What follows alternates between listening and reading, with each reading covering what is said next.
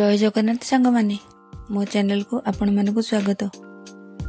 प्राचीन काल रे भारतर महापुराण रे जना जाइथिबा एक अवतार हेउचंती भगवान वामन। एही अवतार तीर्थ क्षेत्र रे जीवन रे बड़ी चक्रवर्ती सहित अंतर्जामीकर लीलार साक्षात प्रमाण। भगवान विष्णु अधर्मर विनाश पाई समय समय रे पृथ्वी रे अवतरित हुअन्ति। विष्णुंकर पंचम अवतार हेउची भगवान वामन। त्रेतया जुगरे बलिगठारु देवता आउ मनुष्य मानकु रक्षा करिया पाई भगवान एही अवतार नेइथिले। पौराणिक कथा अनुसार विष्णुंकर परम भक्त श्री प्रहलादंकर नाती थिले राजा बलि, किंतु तांको पिता विरोचन जणे असुर राजा थिले।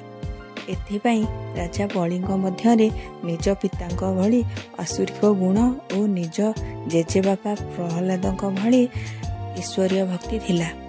से जणे दयालु और दानवीर राजा थिले। राजा बलि निज द्वार को आसीथिबा कौनसी लोक को खाली हाथ रे जीवाकू देउ नथिले। तांको पई दानर मूल्य सबठार अधिक थिला। पौराणिक कथा अनुसार राजा बलि असुरंक गुरु शुक्राचार्यंक परामर्श रे और तांको पितांक असुर गुण प्रभाव रे आसी देवलोक उपरे आक्रमण करथिले। देवता मानक ठारू विजय लाभ करी तीन लोक रे तांकर अधिपति स्थापन करथिले। राजा सर्वदा भल काम करुथिले, किंतु धीरे धीरे तांको पितांक परी असुर गुण थिला। इंद्रदेवंक सहित युद्ध करी से स्वर्गलोक रे भी अधिपति स्थापन करथिले। इंद्रदेव आउ अन्य देवता माने समस्ते राजा बलिंकर एमिति अत्याचार पाई बहुत दुखित थिले। इंद्रदेवतांक माता अदिति तांको पुत्र इंद्रदेवंक पाई बहुत चिंतित थिले। से तांको पुत्रंकर सिंहासन आउ थरे प्राप्त करबाकू चाहुथिले। सेथिपाई भगवान विष्णु को पुत्र रूप रे पाइबाकू घोर तपस्या करथिले। आउ भगवान विष्णु माता अदितिंक गर्भरु वामन रूप रे जन्म नेले। पौराणिक कथा अनुसार राजा बलि शुक्राचार्य सहित मिसी एक बड़ यज्ञ करुथिले। सेतेबेले तांको जणे ब्राह्मणक डाक शुणिबाकू मिलिला। राजा बलि यज्ञ पूर्ण न करी उठी भिक्षा देवा पई ब्राह्मणक पाखकू चली गले। आउ कहिले, तुमको भिक्षारे कौन दरकार? सुना मोती हीरा माणिक जहाँ भी दरकार मागिनियो। ब्राह्मण देवता कहिले, मोर एही सब किछि भी दरकार नाही, मोर केवल 3 पाद भूमि दरकार, सेतिकी उपकार करंतु। राजा बलि कहिले, 3 पाद भूमि कौन मागुच? ए 3 पाद भूमि रे गोटे मनुष्य ठीक रे ठिया मध्य होई परिबनी।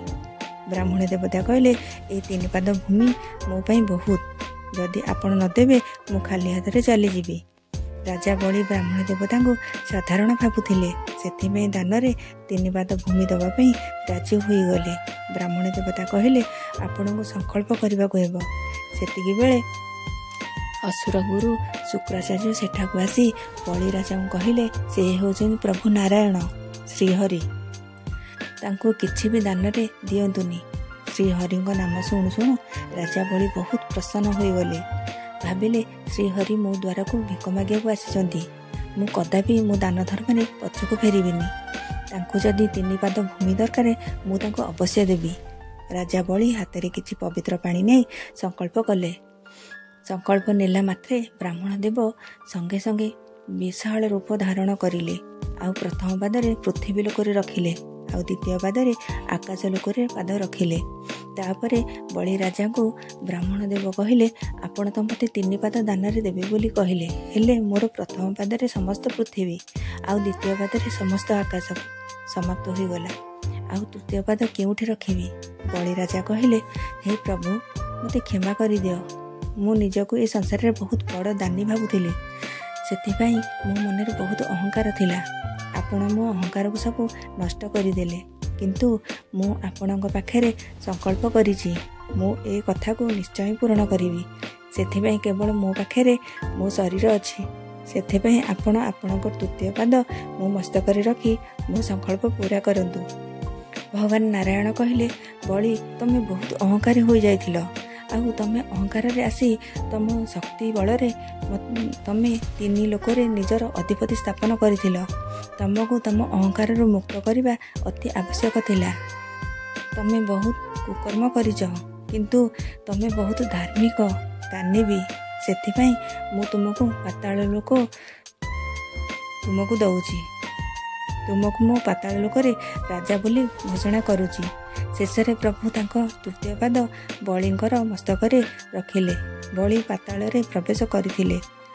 ଆପଣଙ୍କୁ ଯଦି ମୋ ଭିଡ଼ିଓଟି ଭଲ ଲାଗିଛି ତାହେଲେ ଭିଡ଼ିଓଟିକୁ ଲାଇକ୍ କରିବାକୁ ଜମା ବି ଭୁଲିବେନି। ଆପଣଙ୍କ ମତାମତ କମେଣ୍ଟରେ ଜଣାଇବେ। ଏମିତି ଯଦି ଆପଣ ପୌରାଣିକ କଥା ଶୁଣିବାକୁ ଚାହୁଁଛନ୍ତି ତାହେଲେ ମୋ ଚ୍ୟାନେଲକୁ ସବସ୍କ୍ରାଇବ୍ କରିଦେବେ। Thank you.